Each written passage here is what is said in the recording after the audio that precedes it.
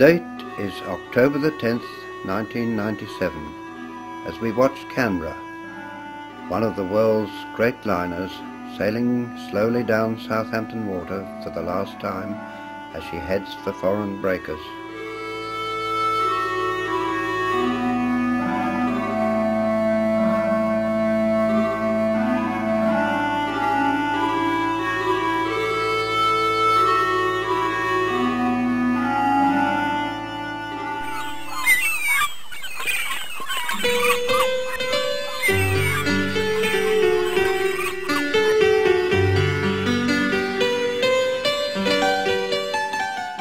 Today, huge cruise ships, hotels at sea, ply their trade around the globe, but the ships that you'll see in this series were at one time or another passenger ships carrying people to new lives abroad.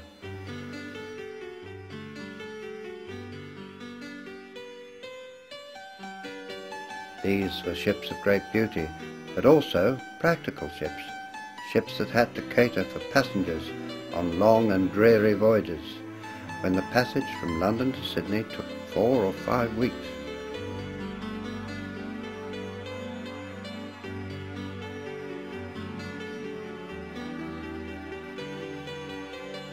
Some were mail ships, most carried cargo and all sailed to company schedules to places such as India, Australia, Africa, Canada and the United States, and to many other destinations.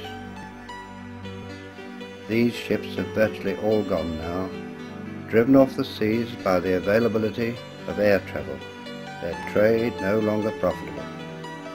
We'll see them as they pass at sea and in port, pictures taken by members of the crew or the passengers, and in some cases from tugs or pleasure craft.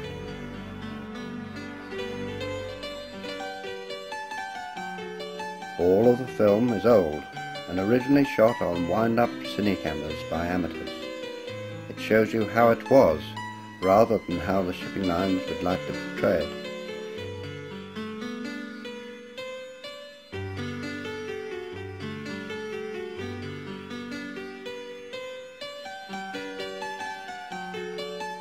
We'll see them cruising from the United Kingdom and abroad, interrupting their busy schedules to give some lucky customers the chance of 2 weeks afloat, visiting faraway places whilst enjoying the ambience of a luxury liner.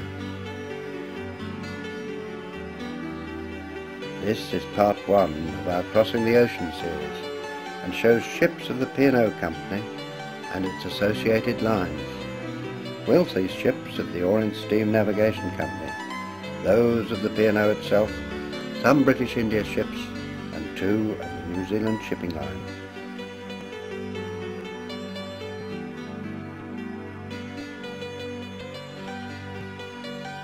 So, sit back now and enjoy.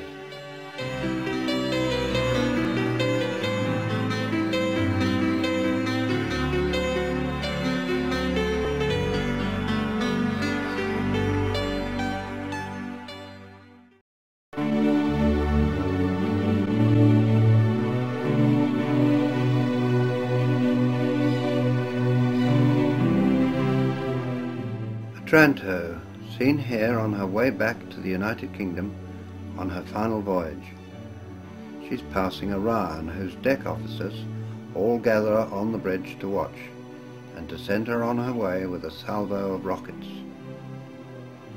Otranto was one of 5 Orient liners of 20,000 tons, built to replace tonnage lost in the First World War. Sadly, 3 of her sisters were to be lost in the second great conflict, Arama, Orford and Oronsay.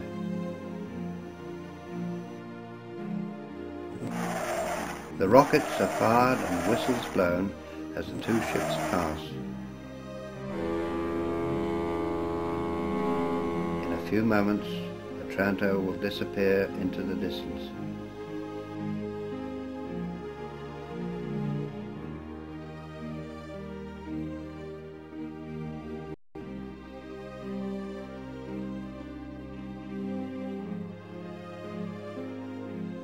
We join Orontes in Adelaide, an officer and a writer walking towards us.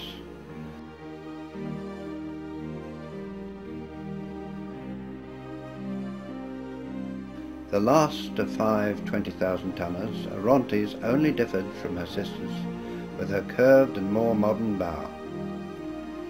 She's seen here at sea, a similar shot to the earlier one of Otranto.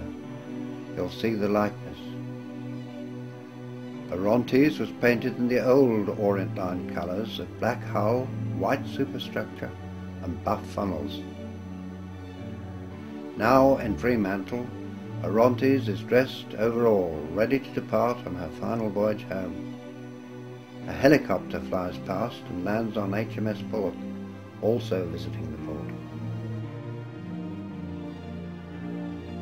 We normally carried a number of young passengers on a voyage back to the homeland, as it was known, but on this, the last voyage, passages were also booked by a number of people who had fond memories of the ship, of past voyages, sometimes romantic voyages.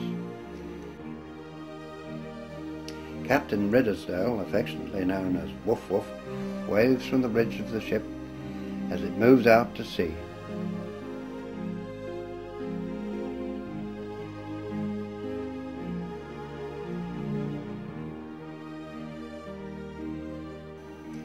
Another shot of Orontes at an earlier date in Adelaide.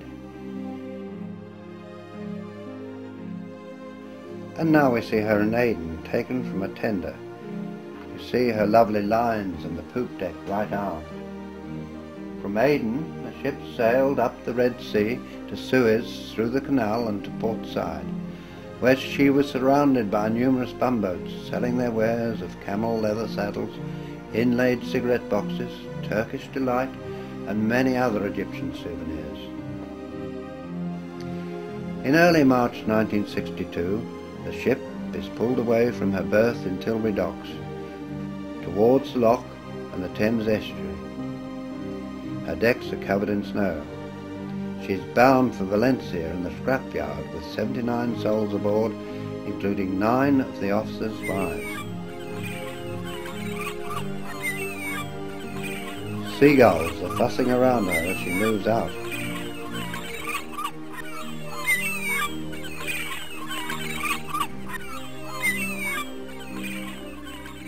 Off Gravesend, a tug gives her a good blast on the ship's whistle to say farewell.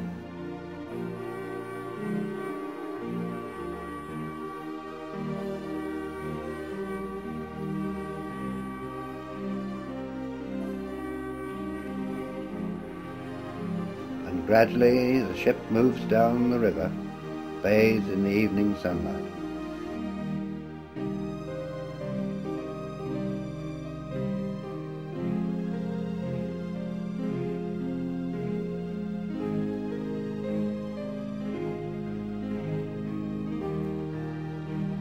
We see Orion at the pier in Pyrmont, Sydney Harbour.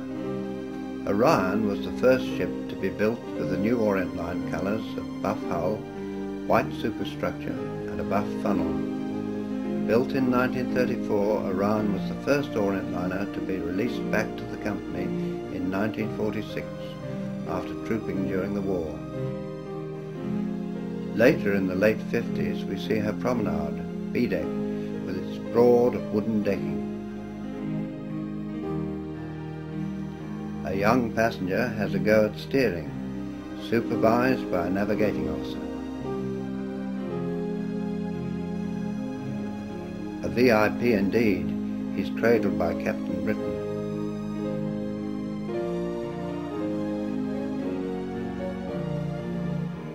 The young lady, being instructed in the use of a sextant, is one of the female officers of the purser's or surgeon's staff off duty.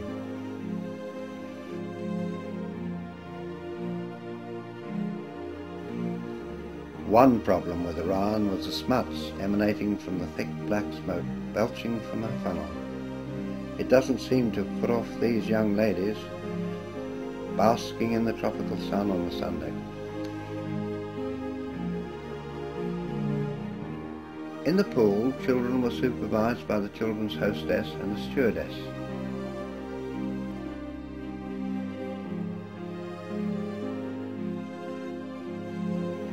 Orion is seen here in Aden, a port where numerous ships call in for bunkering.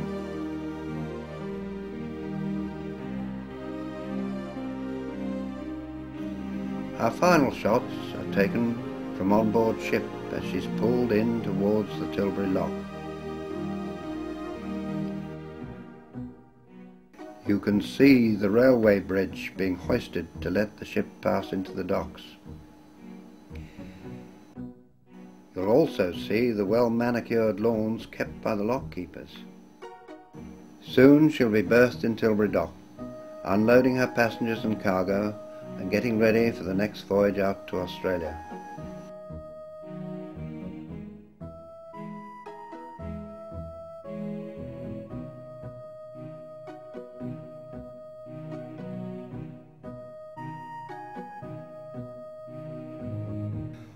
Orcades, the first Orient Line ship to be launched after the Second World War, built with her sister Oronsay and later Orsova to replace ships lost during that earlier conflict. Here Orcades is seen coming into Hong Kong, shots taken from aboard Iberia, which will be berthed alongside in Kowloon. You notice the old junks with their sails and oars. Orcades passing at sea. Note the Welsh bonnet atop the funnel to keep smuts off the upper decks. Passengers seen strolling ashore on a Mediterranean cruise.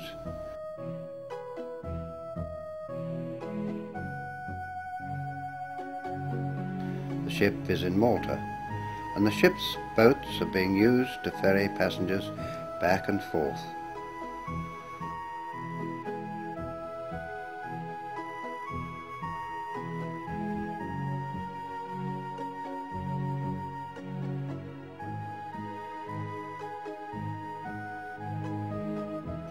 We leave Orcades at sea.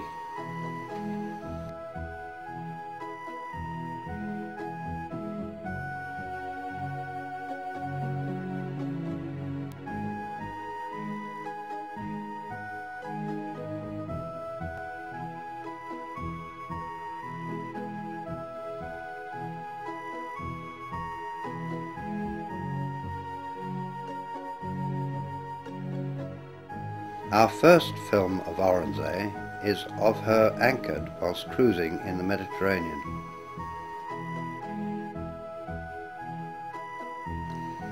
The next shows her tied up in Honolulu. You'll see the reflection of the ship in the clear waters of the harbour. Soon we'll catch a quick glimpse of her at the new passenger terminal at Circular Quay, Sydney, before we see her leaving stern first from her berth in Pyrmont, the other side of the harbour bridge.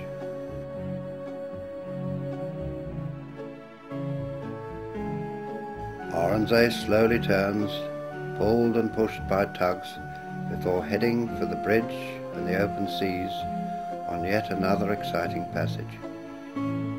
Some well-wishers will board a ferry to steam alongside as she makes her way to the heads.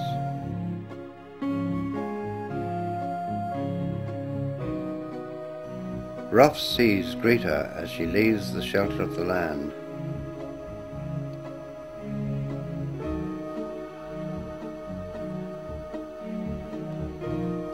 Later on, flags are raised to the masthead as she enters a new port.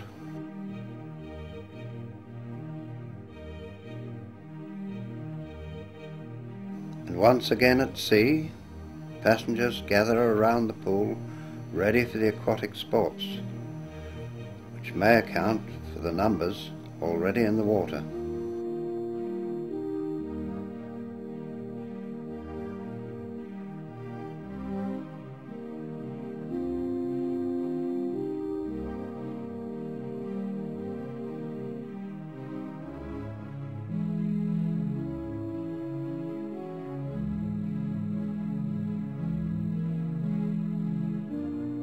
Here are some shots taken from the bridge, and inside the wheelhouse you'll note the ship's wheel and the telegraph equipment, now obsolete in many modern cruise ships.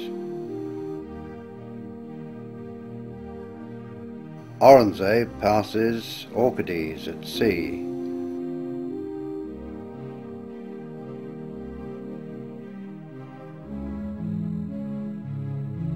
Rockets are fired as greetings between the two liners.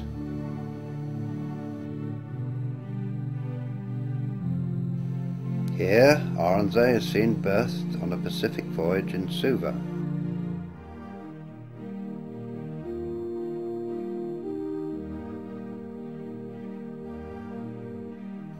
Later, she'll make her way north to Vancouver, where she's seen here.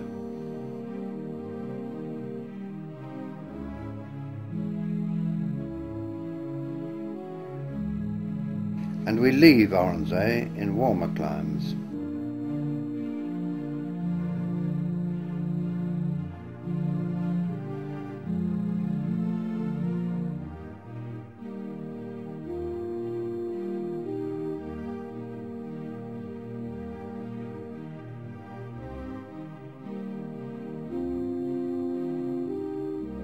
Our first pictures of Orsova were taken in the early morning by passengers leaving the ship in Suez to take the excursion to Cairo and the pyramids. The ship will later transit the canal, and the passengers will rejoin the ship in Port Said.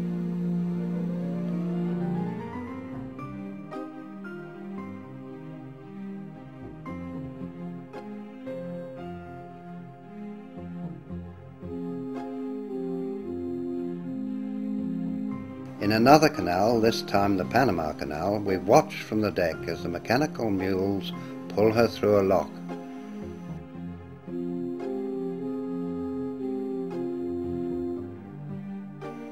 Some of the officers join the passengers to watch. Our next film shows her in Tilbury, preparing for her next voyage to Australia and beyond.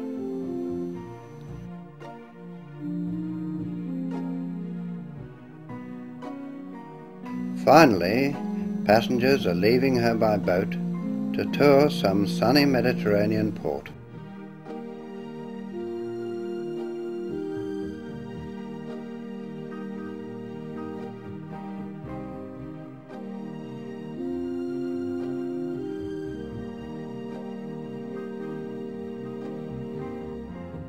Oriana, the last of the liners built for the Orient Line, enters Colombo Harbour on her way from Sydney to Southampton.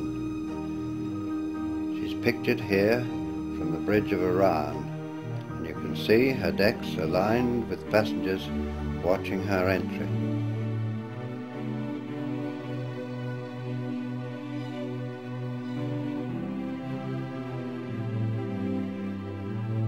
After her sea trials, Oriana entered dry dock in Cornwall.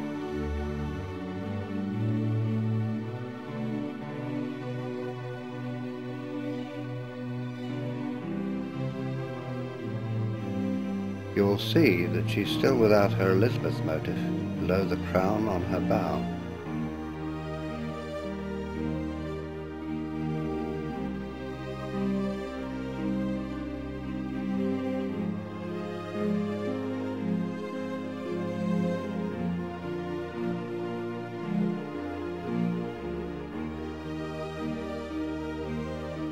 She then moved to Southampton before her maiden voyage, and you see that the motif is now in place.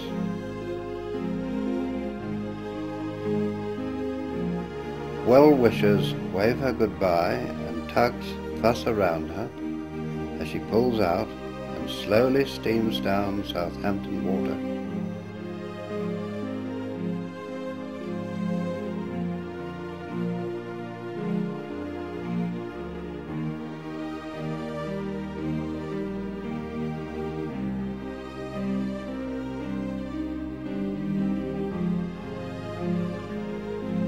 Here she's seen in the Australian Bight, renowned for its lumpy seas.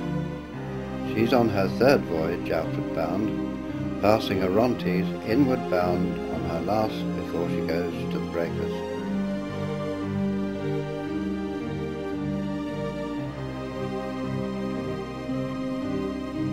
As shot of the promenade deck below the lifeboats, which were arranged here for the first time on an Orient liner. It's common practice on cruise ships today.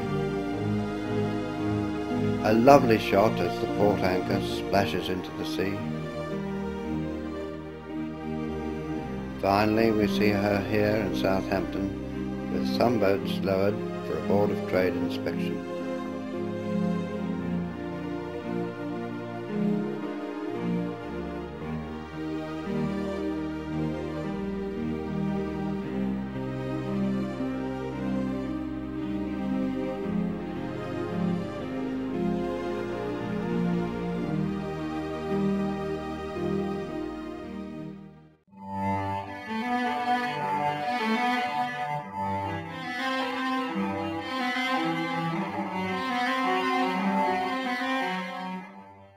In Tilbury, Maloja is still in the black and white livery of the pre-Strath liners. She's lost her mainmast, removed during the war.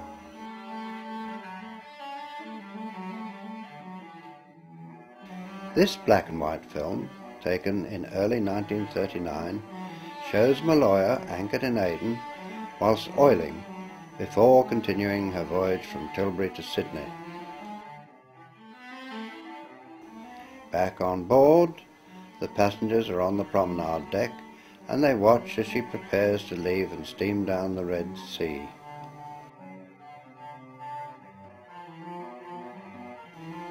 You'll note the fashions of the day, and particularly the solar topees worn by many of the gentlemen.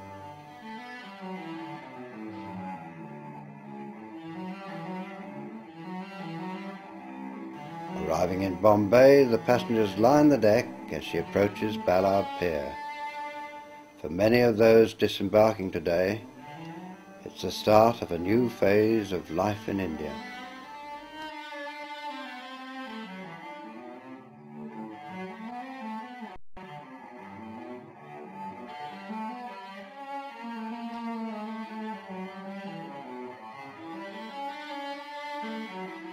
Carthage is preparing to depart for London.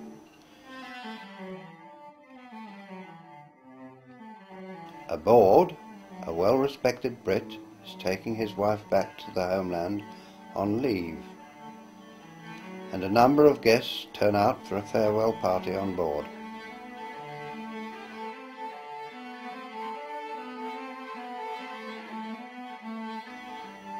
You'll see the guests enjoying the party as the ship's stewards move amongst them with fresh drinks and dainty hors d'oeuvres. Some line up for a photo call.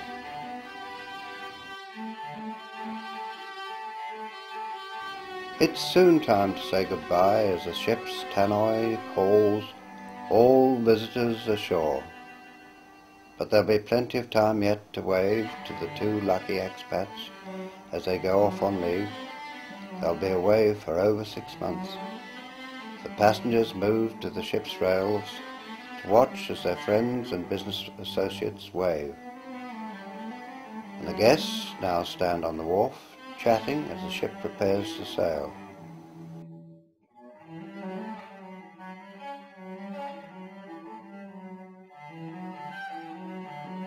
We watch as the ship slips her ropes and slowly pulls out, and the passengers can be seen on deck watching their friends ashore and waving as they pull away stern first from the wharf.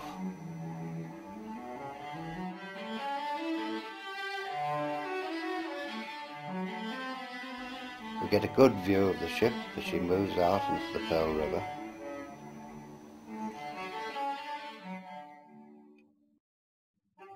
Our final shots are of Carthage tied up in port. Note the cargo nets.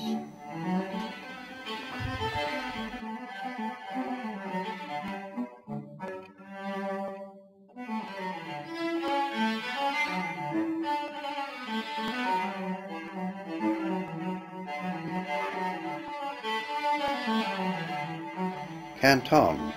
We see her first at anchor in Port Said in 1939. Still in her black and white livery. A year later she was converted to an armed merchant cruiser for the duration of the war. Canton is seen at sea.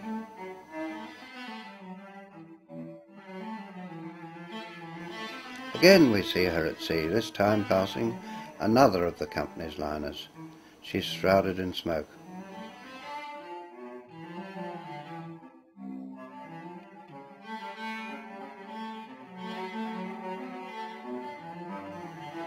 Finally, there are shots of her in Aden. Again, the sun is at the wrong angle, but as we move around, we'll get a better view.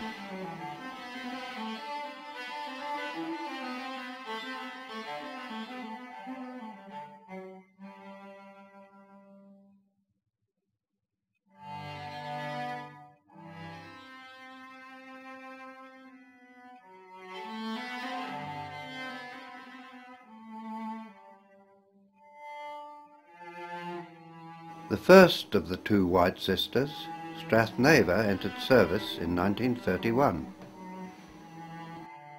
Seen here in Melbourne at Station Pier, she prepares to sail and passengers on board and well-wishers ashore throw streamers to mark the parting of the ways. During the war, Strathneva served as a troop ship, and 2 of her 3 funnels were removed and not replaced. Strathneva is now ready to sail. Officers and deckhands man the forecastle as the ropes are slipped.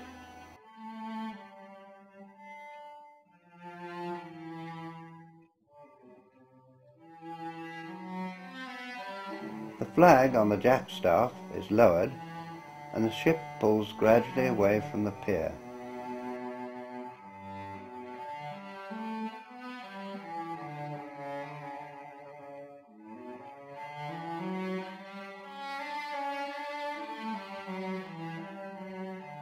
Aided by tugs, she turns slowly to head for the open sea.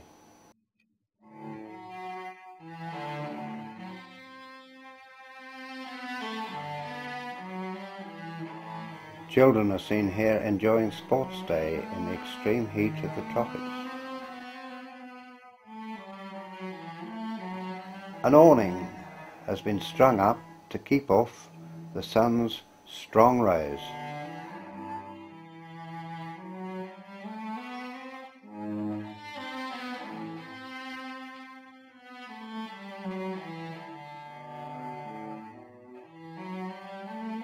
The chief officer takes the opportunity to climb the foremast with his cine camera, whilst on the long passage between Fremantle and Bombay. From the crow's nest he's able to take film of the bridge and upper decks of the ship as she steams serenely through the blue waters of the tropical ocean.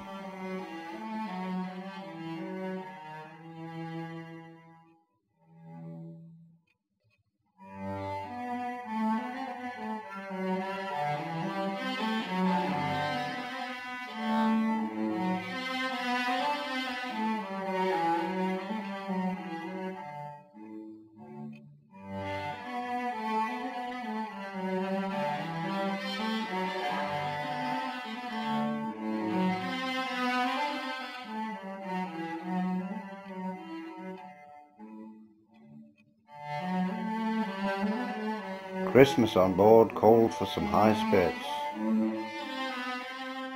Father Christmas, his sleigh and a reindeer career around the decks amongst the passengers.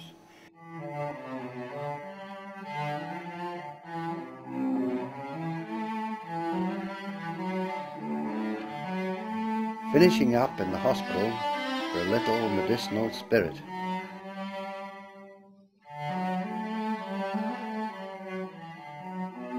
In Sydney, the tugs are making a lot of smoke as Strathneva is pulled out, ready for her homeward voyage.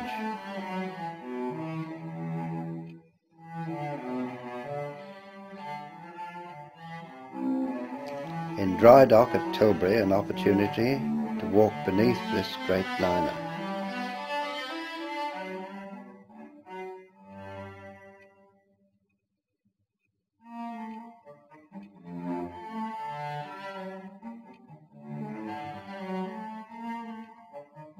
You get some idea of the sheer size from bottom to top, and also the size of the propellers.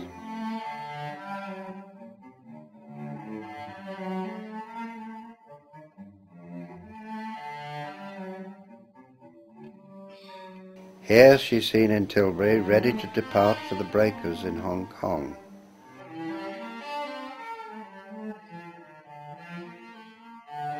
And we see her there, with demolition already started.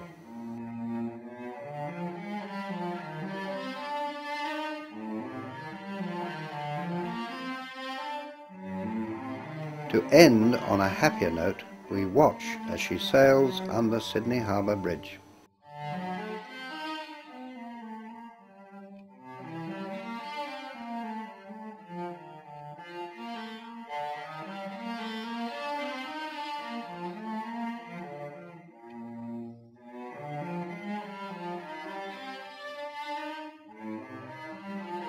Strathmore is seen here entering Aden Harbour. Strathmore resembled her Orient Line sister Orion. They were built alongside each other at Vickers Armstrong Yard in Barrow. They shared many common features, but differed as the P&O retained the traditional two masts. She steams slowly into the harbour and will soon be taking on oil for her passage on to Sydney.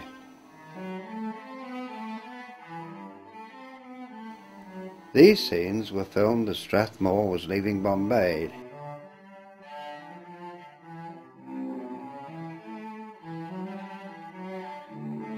Now well away from the pier, the Indian deckhands are tidying up. We can look around the upper decks as the work goes on.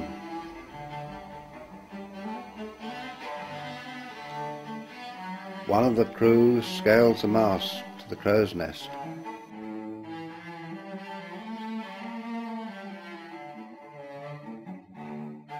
And an officer relaxes on deck and takes in the activity.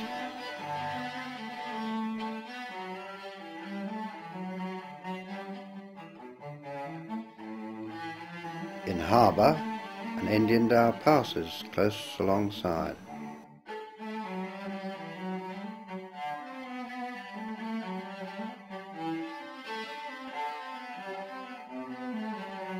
And the tidying up goes on. The cargo hatch is lowered, giving passengers access to the decks once again.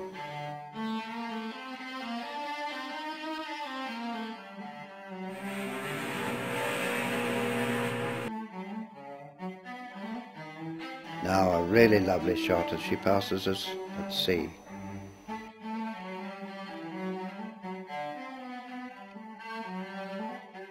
She really was a good-looking ship, and a happy one by all accounts.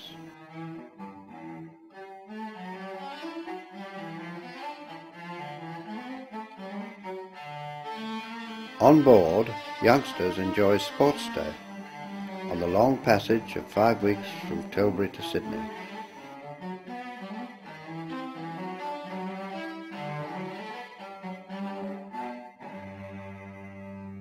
And the mums are soon joining in the fun.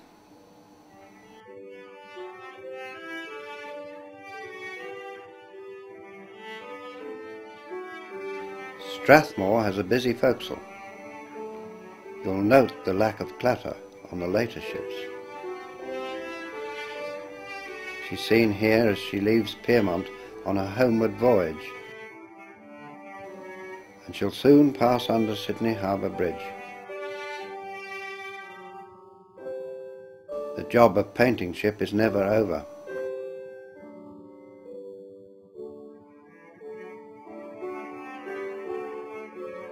Strathmore is seen here tied up in a North African port.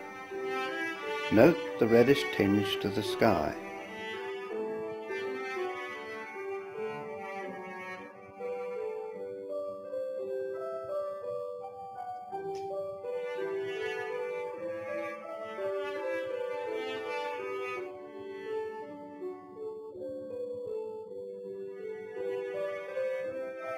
And finally some lovely shots as we see her emerging from the mist as she arrives in Southampton at the end of a busy voyage.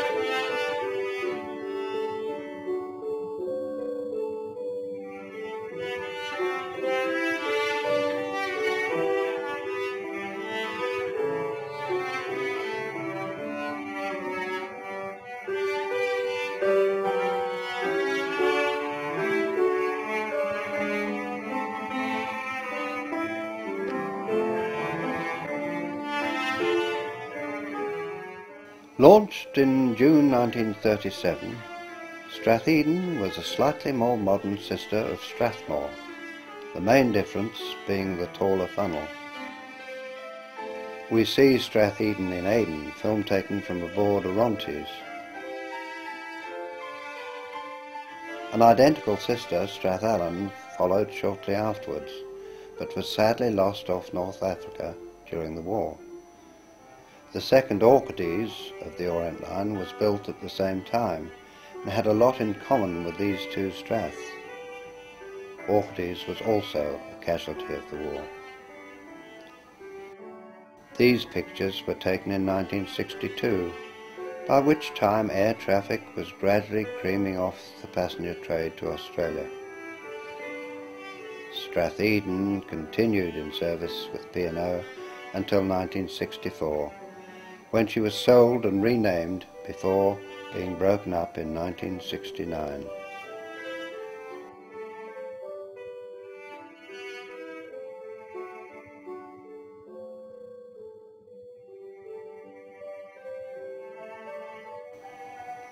She's seen here close to as she passes at sea.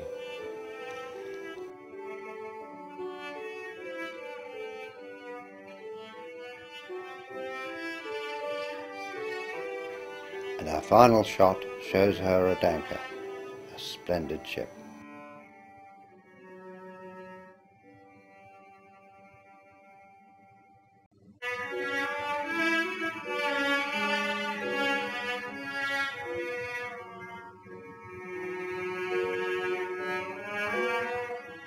We join Tusan as she steams down Southampton water.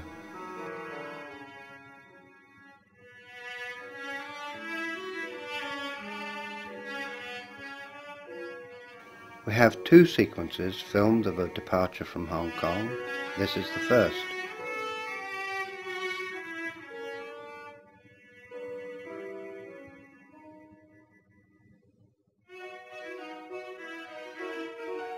The purser can be seen with his head stuck out of a porthole as he bids farewell to a friend. Tusan was often cruising. Here she's ready to depart Southampton.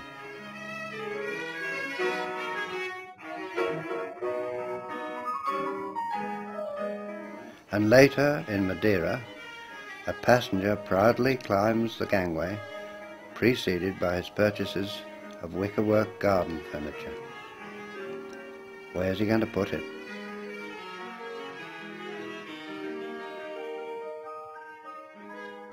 The bumboats in Madeira sell their wares.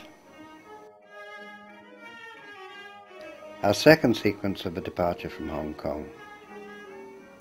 Passengers and crew are on deck to watch her leave, and in some cases to wave goodbye to friends ashore.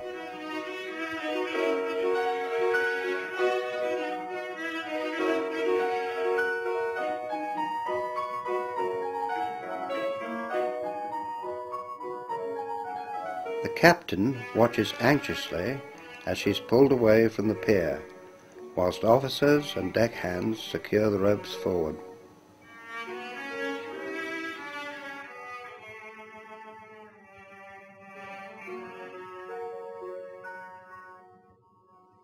Gradually she's pulled away stern first, before turning to commence her homeward voyage.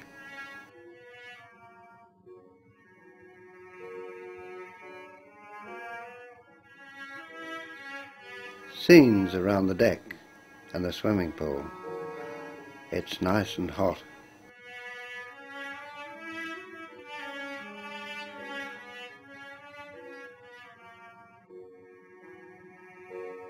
And here she's seen steaming into Aden for bunkering on the outward voyage.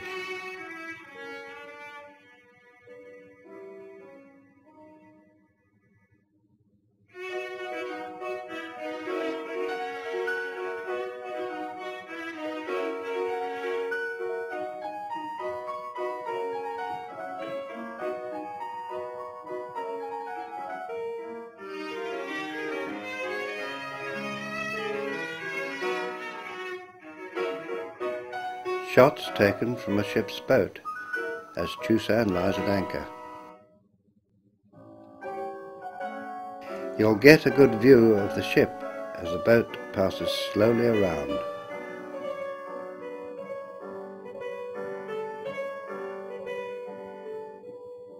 We see that she's taking on water and possibly oil and stores.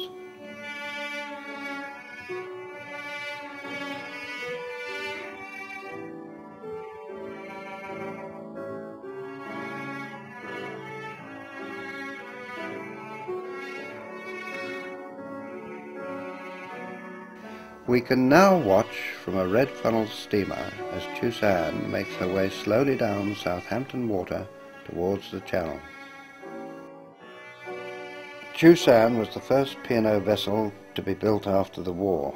Delays of the building of her and her larger sister Himalaya, because preference was given to finishing 2 ships for the Argentines, who paid with US dollars, caused P&O to exclude Vickers Armstrong from further building contracts.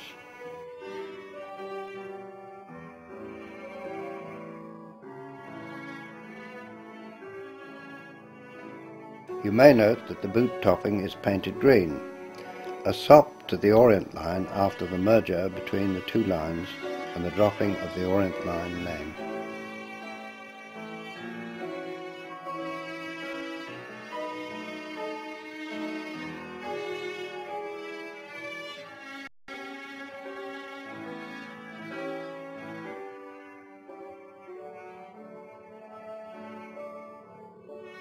We join Himalaya in a Mediterranean port on one of her many cruises.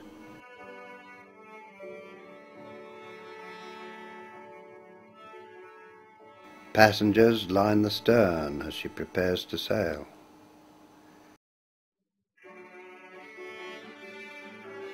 Himalaya was slightly larger than Chusan and had only 1 mast.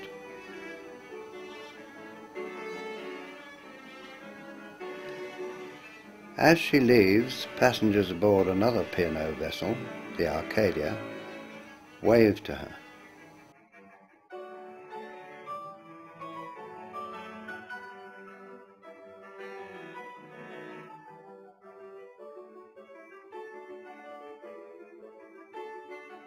Later we see her at sea in slightly misty conditions.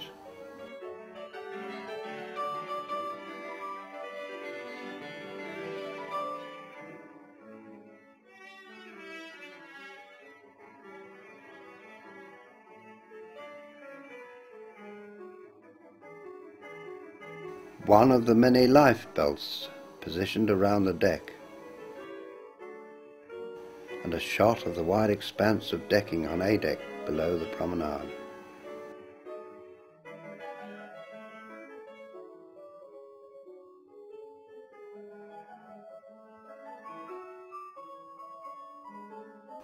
A lifeboat brings the 6 seamen on board from Chitral in mid-ocean.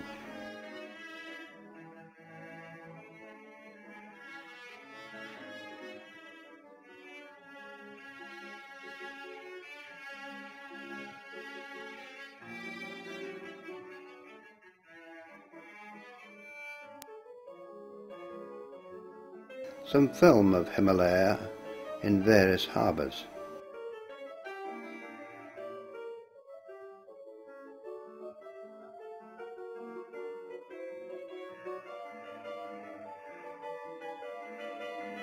and here she's seen in a Mediterranean port from a cable car which passes right overhead. It gives a wonderful bird's eye view of the ship.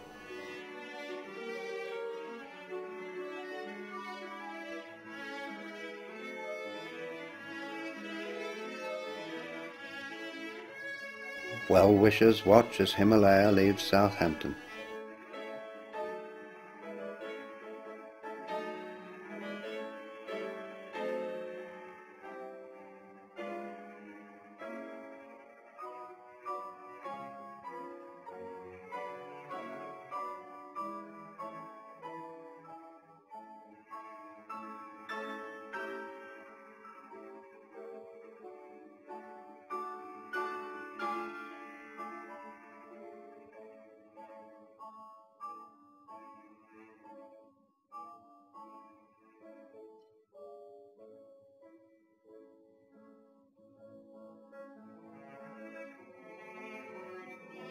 Finally, we see her tied up as the baggage is offloaded,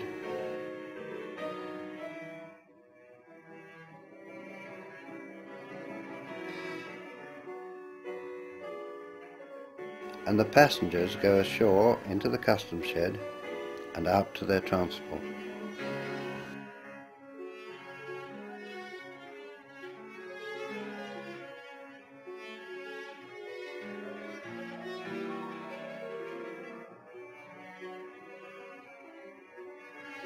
Arcadia is seen here in port with Himalaya tied up in front of her.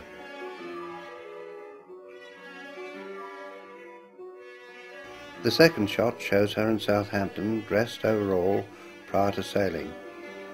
She's pulled out stern first. Her passengers watch as she moves out into Southampton water.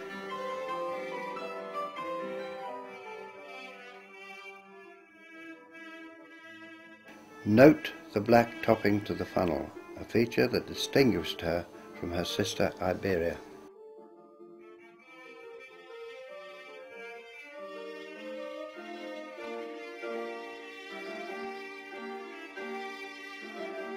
The tugs leave her as she moves away under her own power. Lovely film of her passing Orcades at sea on her way to Yokohama. By this time, both ships were operating as P&O Orient lines and no longer in competition.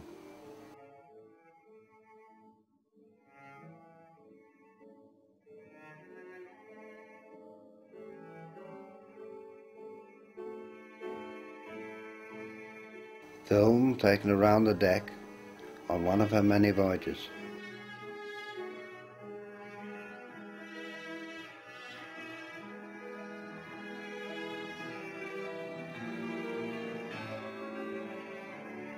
Shots of passengers boarding, and a boat being lowered to be used as a tender.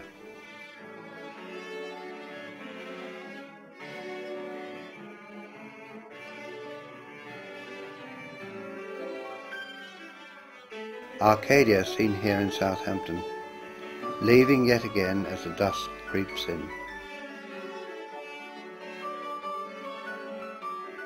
Finally, we see her in Southampton again, with the huge Queen Elizabeth across the dock, taken during the seamen's strike, which went a long way to crippling the industry.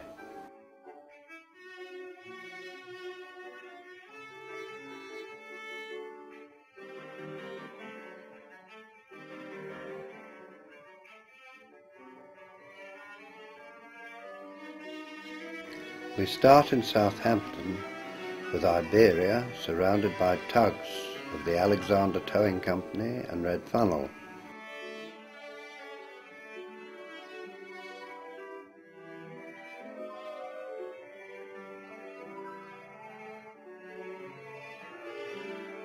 Iberia is dressed overall prior to a cruise, and we see her moving out towards the English Channel.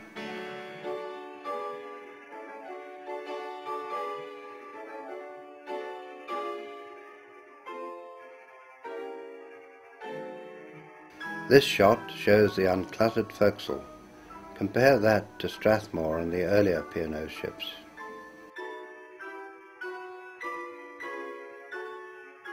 A fire drill on board.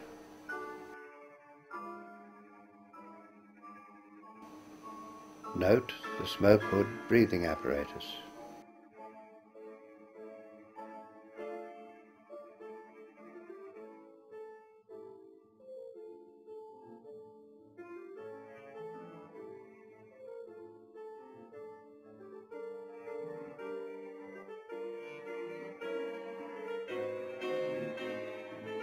We see Iberia now in Adelaide working cargo and baggage.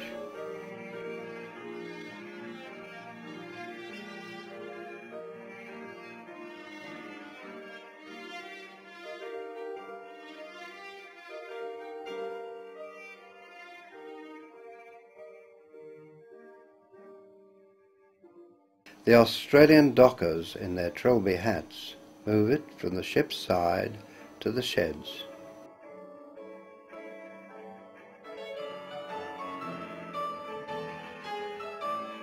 Whilst in port, the deck crew take the opportunity to paint the lifeboats.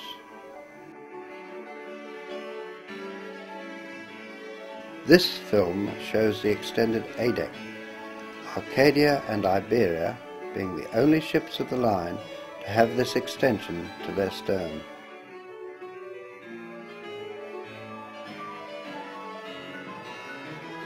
We see Iberia at anchor on one of her many voyages.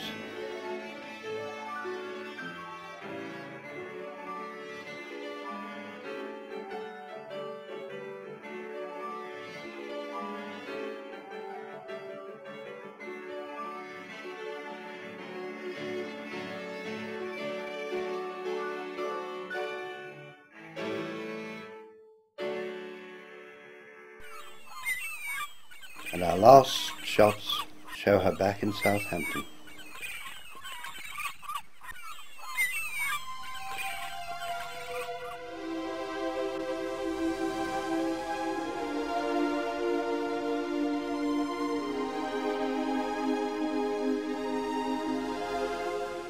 Canberra is seen here in 1994 at the 50th anniversary of the D-Day landings.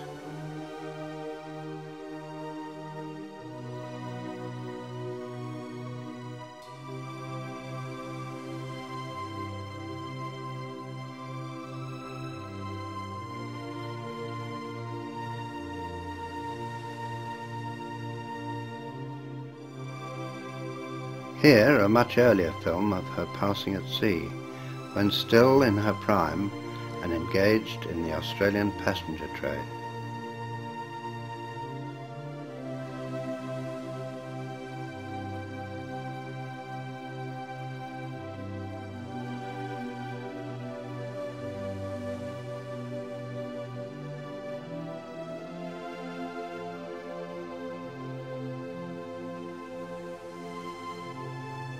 But like all the other liners, cruising was also a major money earner.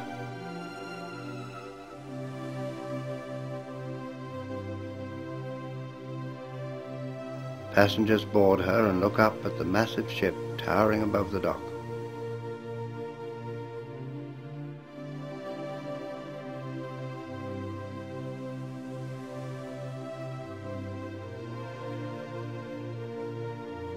She'll depart in the early evening, her decks lined with the lucky passengers, off on a cruise of a lifetime. Well, maybe.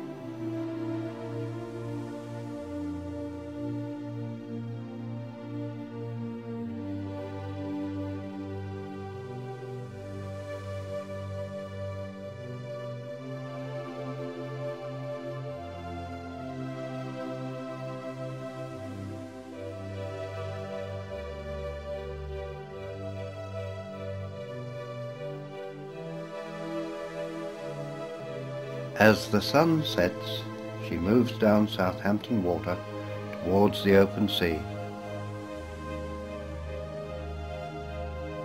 A few shots around her decks in the early two-class days. Promenade deck and the first-class swimming pool.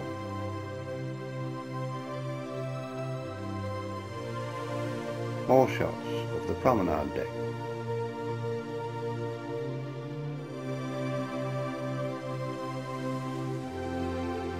Another lovely shot of her passing in her earlier days.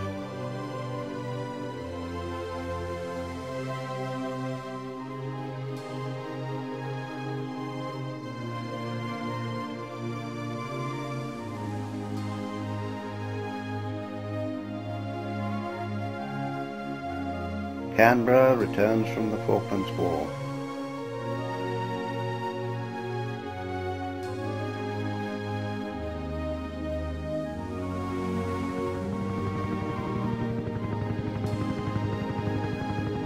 Helicopters fly overhead in salute.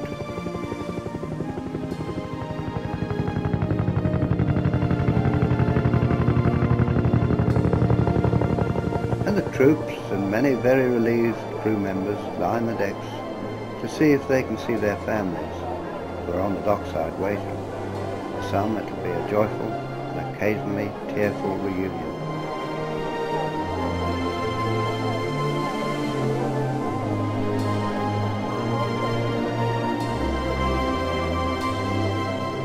Finally, the troops are seen disembarking.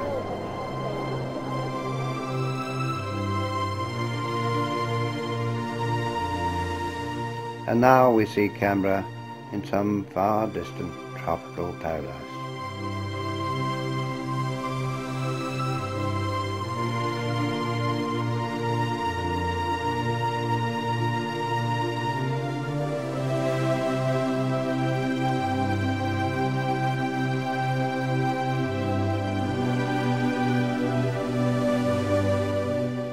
We start with shots of Chitral from ashore and on board.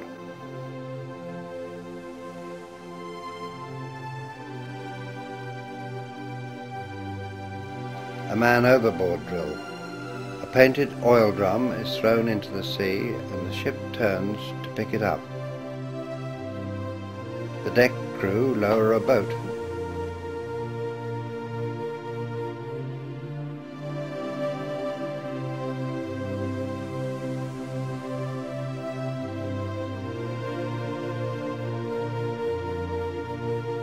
Officers on the bridge radio their instructions.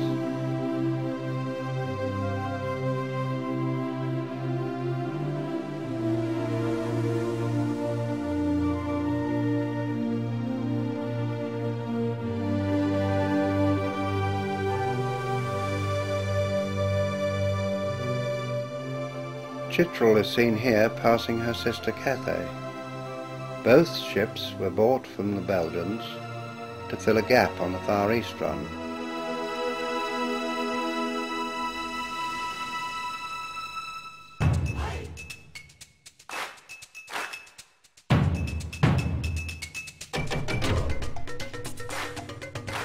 To relieve the tedium on a long voyage, the Chinese crew perform a dragon dance for the passengers, which was much enjoyed by the participants and the passengers alike.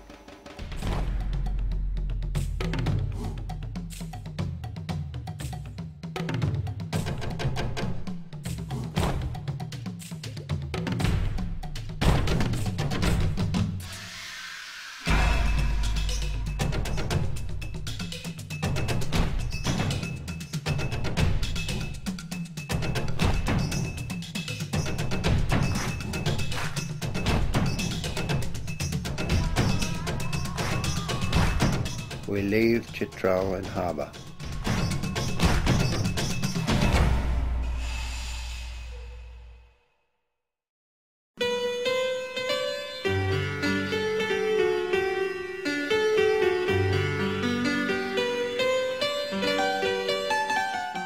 We see Navassa at anchor. Navassa, like Uganda, was used as a school cruise ship.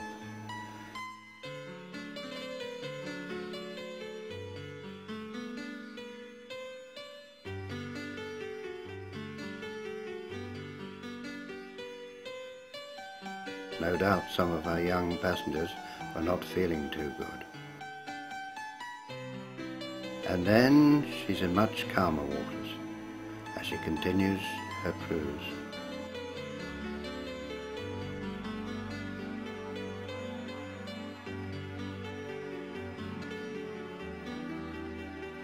Finally, she shows us her rounded stern as she cruises off into the distance.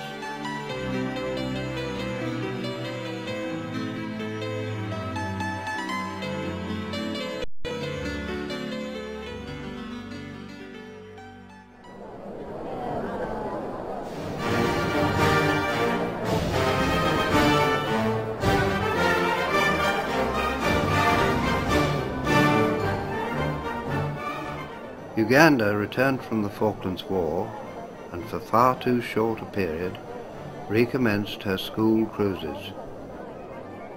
This was the first post-war cruise, hence the grand send-off.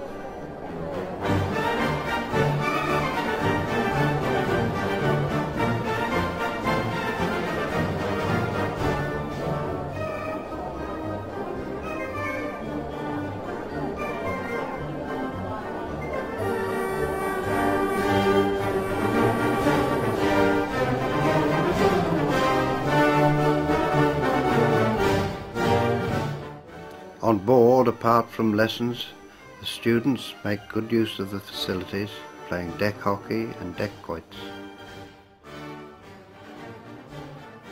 whilst the adults relaxed in the sun.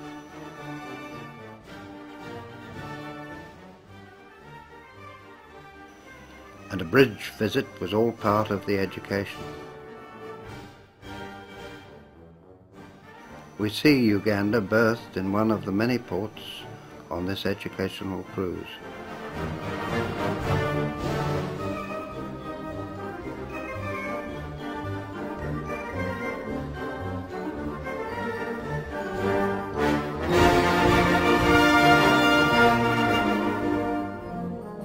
We leave her at anchor.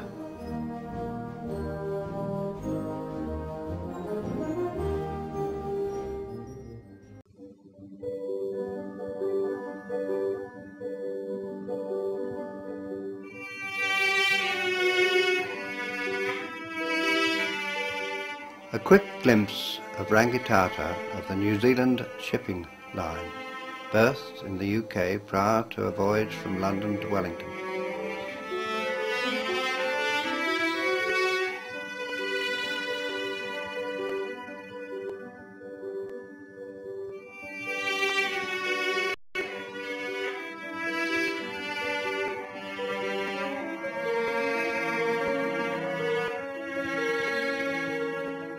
Rohini, another ship of the New Zealand Shipping Company, was launched in 1950 for the London to Wellington run.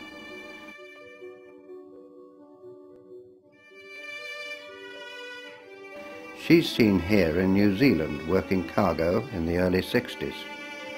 No containers then.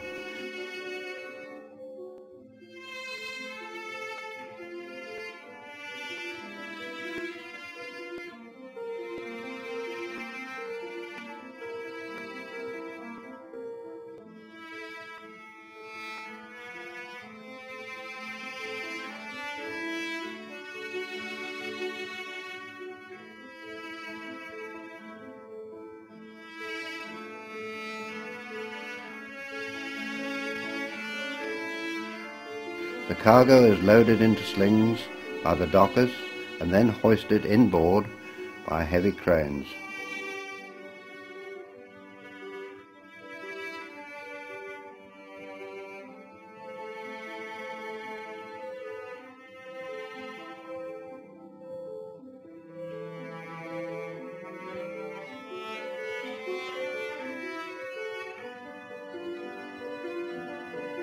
Rohini would normally travel from the UK through the Panama Canal and onwards to Wellington.